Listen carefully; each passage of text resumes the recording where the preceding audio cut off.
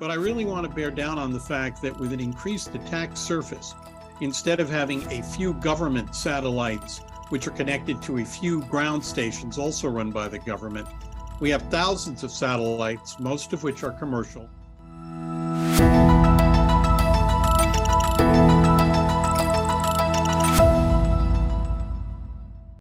Welcome to Aerospace Corporation's Space Policy Show. I'm Colleen Stover with the Center for Space Policy and Strategy. Next in our 6-part series on contested space, we'll be talking about cybersecurity. Is it the Achilles heel? How can satellites be attacked? And what are some ways forward? From CSPS, we have Lori Gordon, Systems Director in our Corporate Chief Engineer's Office. And she'll be talking to Aerospace Technical Fellow Samuel Visner, who is also Vice Chair, Board of Directors at the Space ISAC. And then we also have Kimberly King. She's a Senior Engineer in our Cyber Department. Over to Lori. Thank you, Colleen, and thank you, Kimberly and Sam, both for being here today. So let's get started. We are excited to talk about a range of things today, focusing initially on the bigger, broader picture cyber challenges, and then drawing out some of the lessons learned and opportunities to advance and integrate security and resilience into some of our cyber networks, and then provide some distinct takeaways or calls to action where we will push the perspective, from the present more to the future. We want to make sure that we're talking at the geopolitical level to the national level, and then from Congress to commercial, and addressing some of the key roles and responsibilities and opportunities that those different stakeholders might have related to cybersecurity. So again, we're looking at some policy and governance perspectives. How do we influence those? How are we shaping technology innovation? What's new? What's on the horizon? And then how do we shore up the cyber workforce? Always a challenge, in cybersecurity, but it's a growing field, so we know that there's a lot of opportunity there. So Kimberly, I'm going to start with you for the first question. We're looking at space assets and how they support terrestrial conflict, and the fact that we need to maintain this freedom of action in space. So what methods are cyber adversaries using to attack space assets? And are those attacks unique to space at all, or sort of how do you frame the challenge we're seeing with cyber adversaries? A lot of the techniques are very similar to those we see in terrestrial systems at the very high level, but when you get down to the details, it's quite different. Space systems are not like a regular computer. They're specialized devices where they have different components, subsystems. There's like the brain, the command and data handling system. There's propulsion systems. There's the telemetry system. And so all of these things require an engineering constraint, which means there's not much cybersecurity upon any kind of satellite. So they're pretty vulnerable. In the DoD, you'll see encryption and authentication and some Tempest and the IC. However, in industry, it's pretty much across the board and unprotected. And the types of problems that can lead to are attacks like replay attacks, where you a person can listen to what's being sent to a satellite and send it again. And even if that message is encrypted, if it's not authenticated, it can really confuse the satellite into doing something very out of whack, and just completely lose it. Other attacks are you might eavesdrop on somebody, like a cruise ship, for example, have satellite connection back, and everybody's using that, and all their private credentials are in there, and that's just widely can be picked up and decoded. And so you've got all kinds of privacy issues. You've got GPS spoofing. There's so many different attacks. In a way, they look like terrestrial system attacks, but in fact, these are specialized devices. So. Thank you, Kimberly. And Sam, any thoughts on that? So Kimberly talked about some of the methods that are used to attack space assets and the uniqueness, or also if you have any thoughts on the motivations, if those are unique to space, different motivations from the cyber adversary. Thank you. Let me start with the motivations and then swing back, if I could, Lori, to Kimberly's answer because it's an excellent answer and I'd like to build on something that she said. First, the motivations for attacking space systems, I think, are motivations that in some cases are related to geopolitics. Space systems, now even commercial space systems, are important to national security and economic security. And national and economic security today are pretty much the same thing. Our national security depends as much on the strength of our economy as it does on the strength of our Army, Navy, Air Force, or Marine Corps. So an attack on space systems can be seen essentially not just as an attack on the system, but as an attack on our national security. And one of the things that I think ought to be made clear is that the capability to conduct an attack in some cases can even limit freedom of action. It can be a signal by another country that they can do this, and therefore that they seek to limit an action on our part that might cause them to do it. This is a little bit how international signaling takes place among great powers. That's one thing I would say. In terms of the kinds of attacks, I think that we used to fear that these systems would be jammed. We feared that these systems would be subject to RF flooding. These systems would be subject to repeated commands, and Kimberly explained that very well. But I really want to bear down on the fact that with an increased attack surface, instead of having a few government satellites, which are connected to a few ground stations also run by the government, we have thousands of satellites, most of which are commercial, most of which are connected to commercial ground stations in a market where we now offer we see ground station as a service being offered, connected to hundreds of thousands, millions, and eventually hundreds of millions and billions of Internet of Things or IoT devices. The attack surface is going to be much broader, and any one of these devices could be a vector for the attack. Now, this is true for IT in general, but as space systems become the backbone for global 5G smart infrastructures, then I think space systems can become the vector for these attacks, and these attacks will be facilitated by this enormously expanded attack surface that we'll have. Excellent, Sam. Thank you. It's interesting because when a cyber adversary attacks Colonial Pipeline, that has a national level impact, but space, a cyber attack on a satellite has those geopolitical implications that you described. So fascinating. So on to the next question. So as we see this interdependency between space and cyber domains increase, we're seeing that global communications and other information infrastructure is more and more dependent on space. And so we're also seeing at the same time the increase in commercialization, commercial industry entities sort of playing into the national and geo economy. How does that change things? We saw it with Ukraine, with some of the private sector companies kind of integrating into networks and providing a mitigation. And then also, follow on to that. And Sam, let's start with you on this. We also say, we're thinking about whole of nation, but does that really mean at a geopolitical level, whole of alliance? Because that seems a more, geopolitical term. Or do we say, whole of partners? And what does the partnership mean? Because in essence, that's bringing in the commercial sector as well. So what are your thoughts on that? You bet. Thank you, Lori. Again, excellent question and a large one. So first, it's important to understand that space, like cyberspace, knows no boundaries. And therefore, it's important that we don't limit the effective actions we take to protect our space systems just to ourselves. We have to include partners and allies. And by those, I would say that we're talking about countries with which we have formal alliances, as well as countries with which we share broadly our same values as a liberal democracy.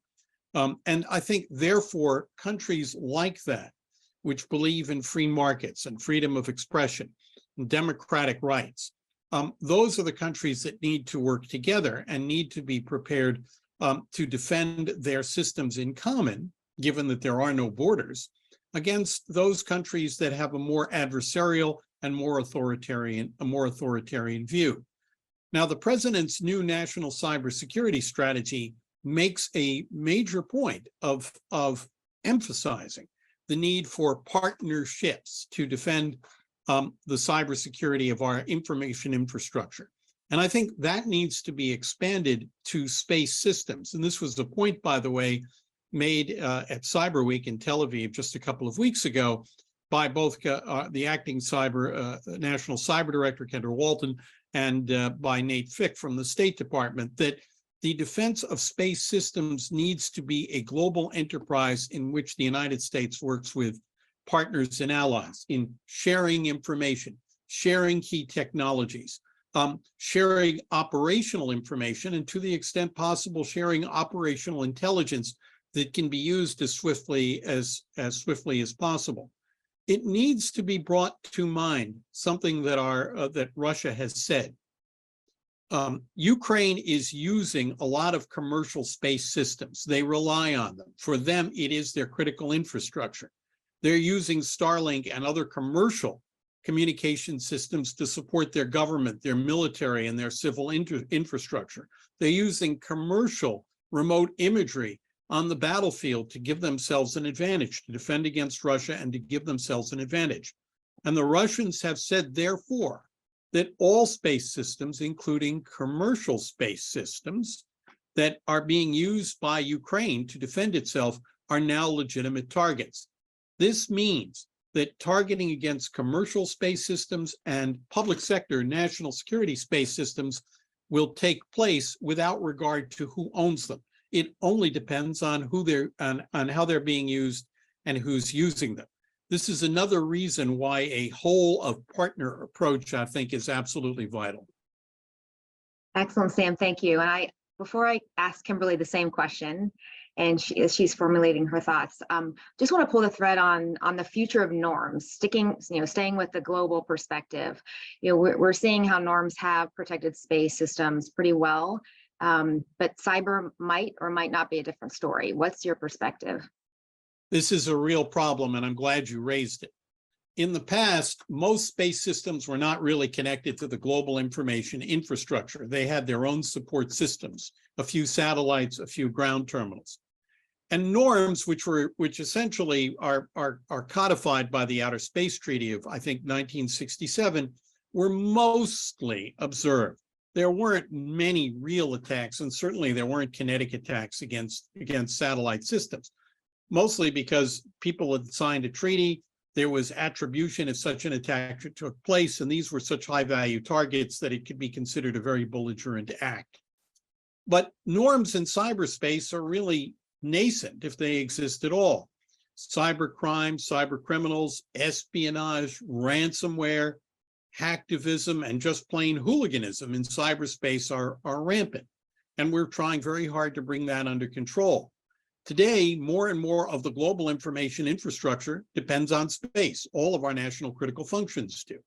And just about all of our space systems are being connected to the global information infrastructure.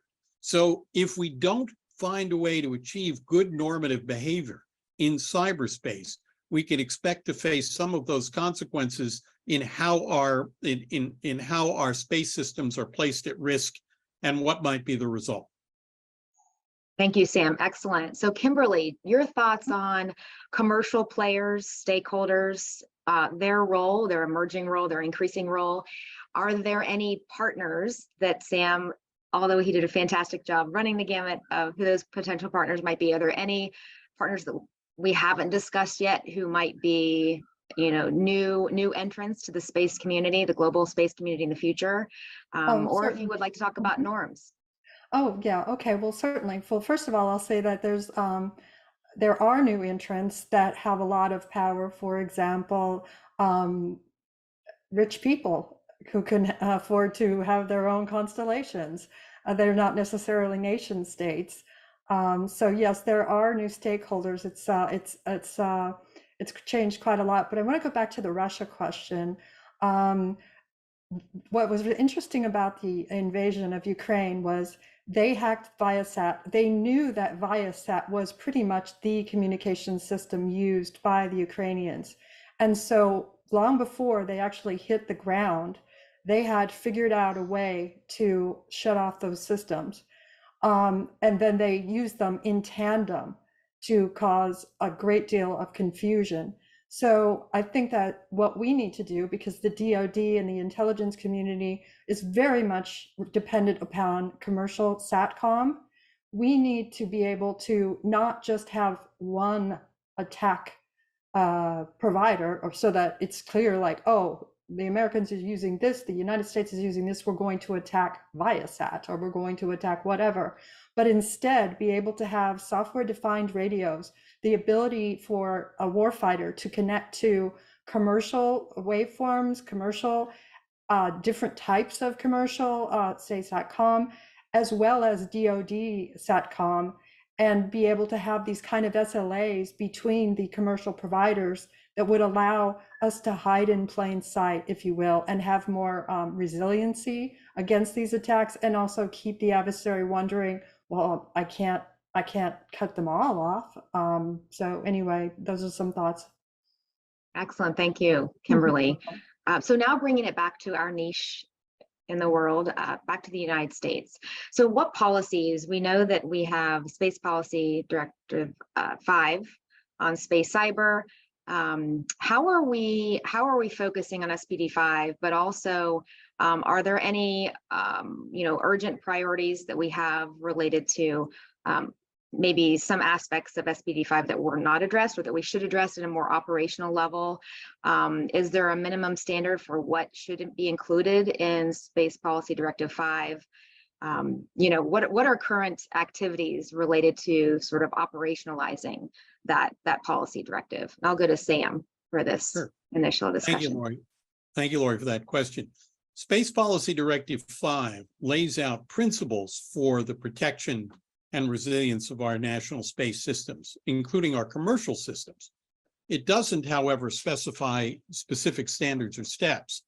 What's underway now is an effort by the Office of the National Cyber Director to come up with specific implementation, things that can be done that will make the principles of SPD 5 become real.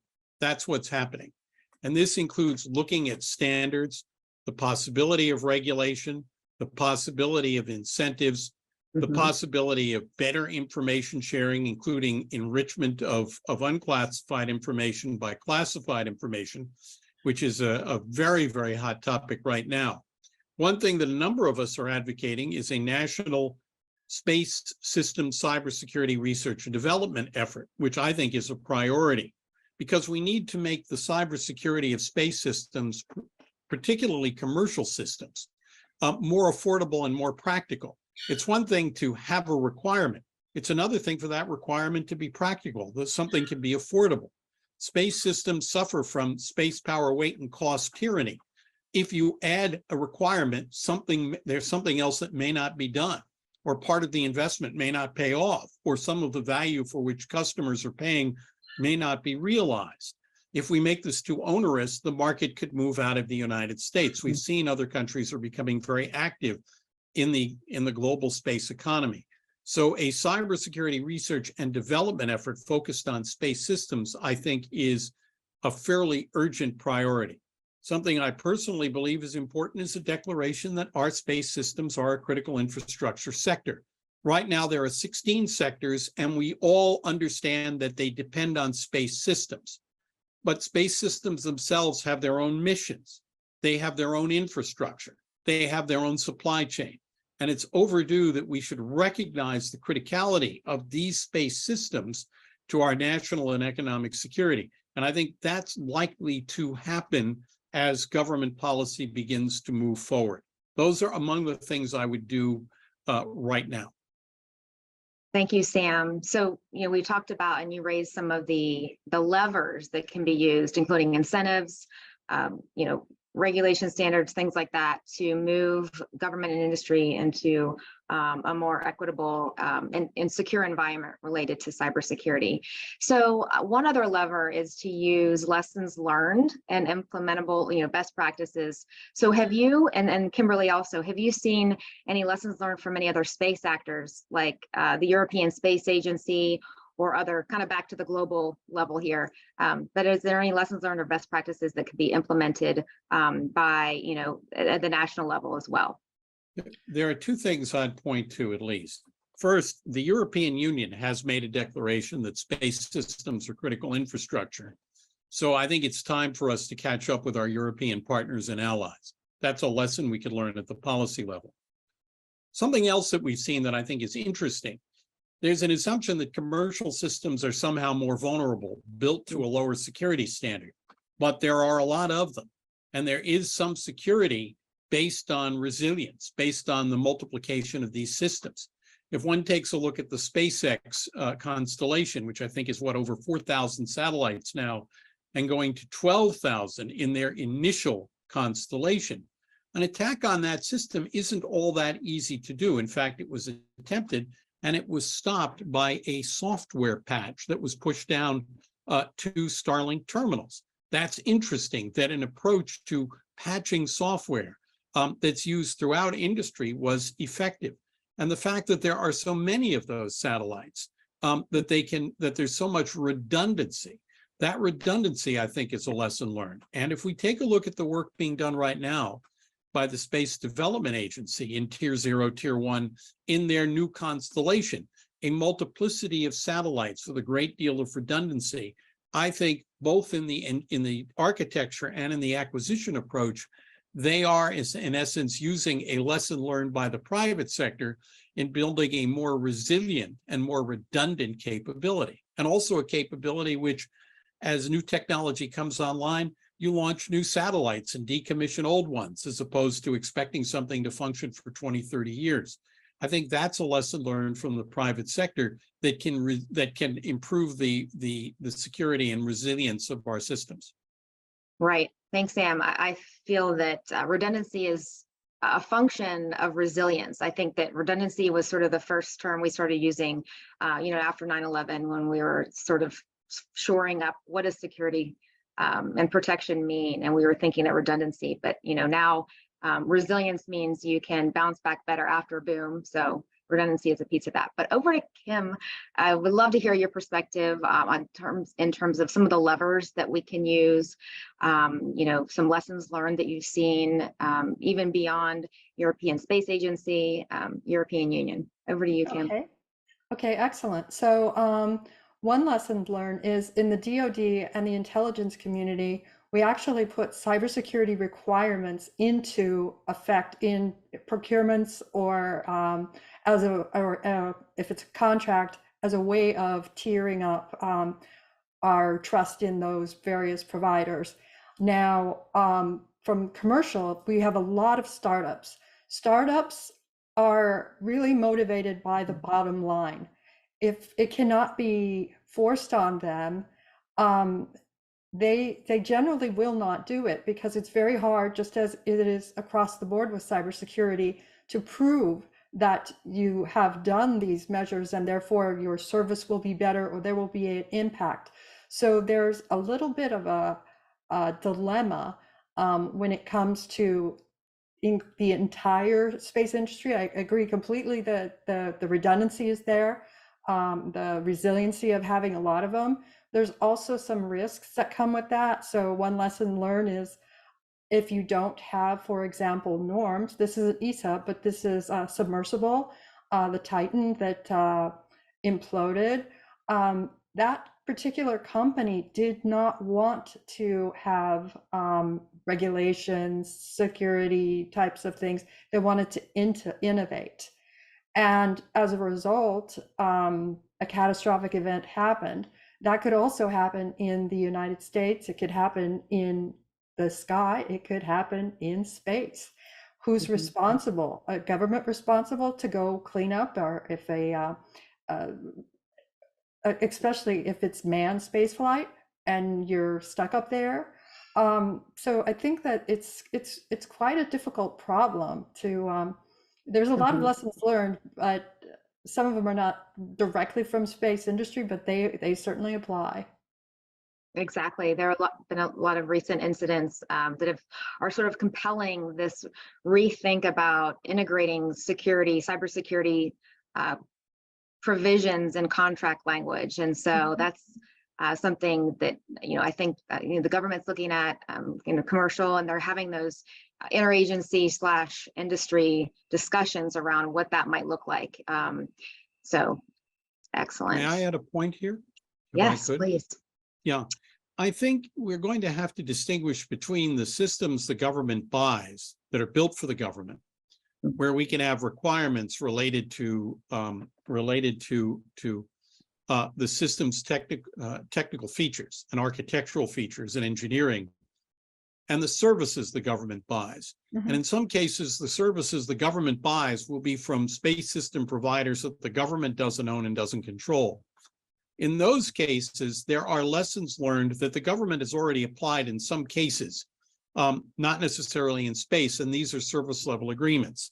And these service level agreements relate to downtime, failure, lack of availability.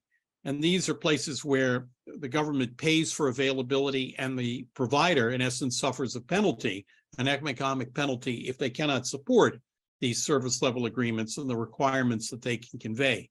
So I think we need to have, hard requirements for the service, for the systems that we buy that are built, and service level agreements that are clear for the services that we procure from systems that we don't have built for us. I think that's an approach that the government needs to consider very strongly. Correct. That's absolutely the way you buy network. You have an SLA with an ISP, an internet service provider, and that's exactly the service level agreements that you're referring to absolutely apply in the space industry. Yes. So rounding out our discussion here with the critical third piece, we talked about policy, guidance, and how to influence. We've talked about innovation and some of the challenges we're seeing, with legacy systems versus sort of, new innovation. And now we'll talk about workforce, the space cybersecurity workforce. Where do we stand now with this? And are there any distinct or unique skill sets or capabilities that are required for space, maybe not in other sectors like oil and gas, dams, agriculture, critical manufacturing, that are needed for space that will help defend against cyber events? Oh, can I go ahead on this? Yes, one? please, Kimberly, over to you.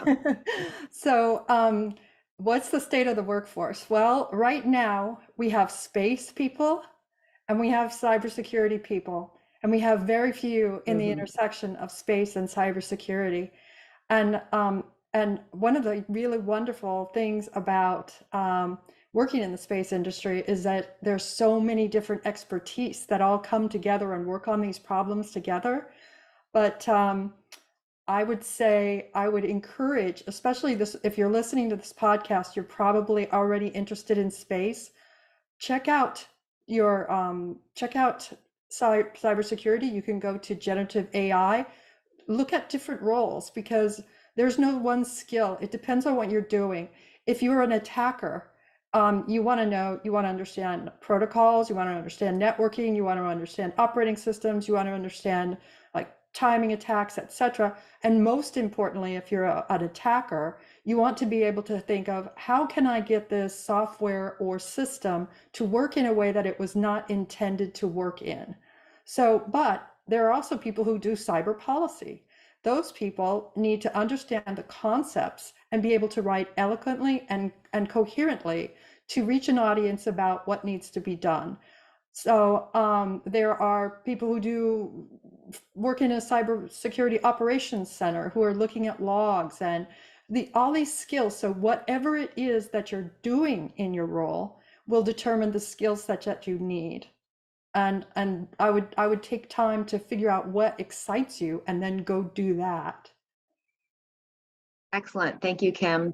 So bottom line is there are a lot of opportunities out there. So just take initiative and find however, you best map and, find your place in space. So Sam, any thoughts on that? I think Kimberly really touched on it. I would certainly emphasize that we need a workforce, particularly on the government side, that understands the acquisition of commercial space services and commercial space systems. I think the Space Development Agency is kind of is sort of blazing a path there. That's a good example. Policy people, I think, are very important. I don't think there is sufficient understanding of the stakes of our space, of the stakes of the protection of our space systems, including our commercial systems. I think there's probably a dearth of people there. One area that I think bears very, very special attention is the supply chain of space systems. A lot of this is now increasingly commoditized. This is not a situation in which NASA could go all the way to the mine where the iron was mined for the steel, for the bolt, for the part, for the sub-assembly, for the major assembly of a rocket. We don't have that kind of luxury anymore. This is a commoditized industry. We're going to see more additive manufacturing, understanding the risks of the supply chain in which we have 3D manufacturing, where there can be a very subtle change in the software that is used to produce a part that might cause a greater failure rate than we expect, which could be catastrophic for a particular program or a mission. So understanding how to achieve global visibility into the global supply chain on which our space systems depend, I think is also a subset of the workforce needs we need to address. Agree completely, and also agree that supply chain is one of the biggest risks that the space industry faces. And it's not just the logistics involved, but actually just the opportunities to change software, for example, by malicious actors at so many different levels, so many different, I mean, the supply chain is just unbelievably complicated. So absolutely agree, it's a huge risk. Huge problem. Absolutely. Absolutely. And we're seeing that with SBOMs, with supplier bill of materials, and how do we share that information? So yeah, and we're looking at other sectors as well for some of the best practices that they're using to shape, the exchange of data and information around supply chain. So that's been very helpful to the space enterprise. So we want to wrap up with one key takeaway or call to action from each of you across, it could be a policy related recommendation or takeaway, innovation or workforce, but over to you, Kimberly. I'd like to really focus on the fact that they are very vulnerable. Satellite systems are very vulnerable. The ground systems are the easiest way to be attacked and a way to the space vehicle. But luckily, there's more information sharing than has ever been before. Aerospace has put out Sparta, which is a whole range of techniques being used to attack space systems along with mitigation. So that's very helpful for the community. Space ISAC is sharing information. So it's starting to be taking some standards in the IEEE. So we're going to get some cybersecurity on these space vehicles. So that's the good news. But the bad news is right now we're very vulnerable. Thanks, Kimberly. Over to you, Sam. And thank you. And for my part, we need to recognize swiftly the criticality of space systems as a sector. We need to understand the links between this critical infrastructure sector and all of the other critical infrastructure sectors that depend on it and on which it depends. We should put in place a national space systems cybersecurity research and development strategy to understand and address and mitigate vulnerabilities. And we also, I think, ought to put in place some kind of a national space sector risk management and governance architecture, which is, again, I think, somewhat overdue. All right. Policy, technology innovation, and workforce, all critical to advancing the space enterprise into the future. So thank you, Kimberly. Thank you, Sam. It's been a fantastic discussion with you as always. It's great getting to work with you all every day. So appreciate it and advancing the space enterprise. All right. So thank you. And back to you, Colleen. A big thank you to our guests. You can really get a sense of the complexity of cybersecurity and the importance of partnering across the sector. So don't forget, this episode is part of a greater series on contested space. Check out the other shows.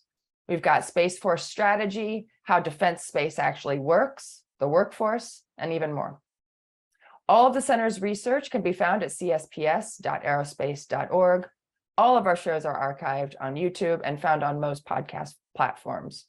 So thank you to our technical team, James Liggins and Max Siegel. Till next time.